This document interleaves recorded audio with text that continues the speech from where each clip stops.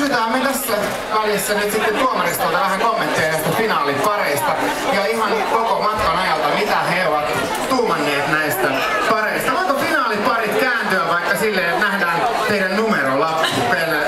Vain se pari, jolla on se lappu siellä. Eli aloittaako sieltä vaikka tuomari Jyri Siimes? Miten tämä katsojien tanssi on sinun purrut numerolla 1? No, tanssitekniikastahan minä ymmärrän yhtä paljon kuin eteläpohjalainen itseironiasta. Joten täytyy sanoa, että kontaktia on kaiken muun puitteissa, niin Katjolla on hirveän hieno ja tarkka kontakti. Mä ehkä toivoisin, että sä avautuisi ehkä vielä enemmän meille tänne yleisöön. Pussakkaa vaikka vähän isommin.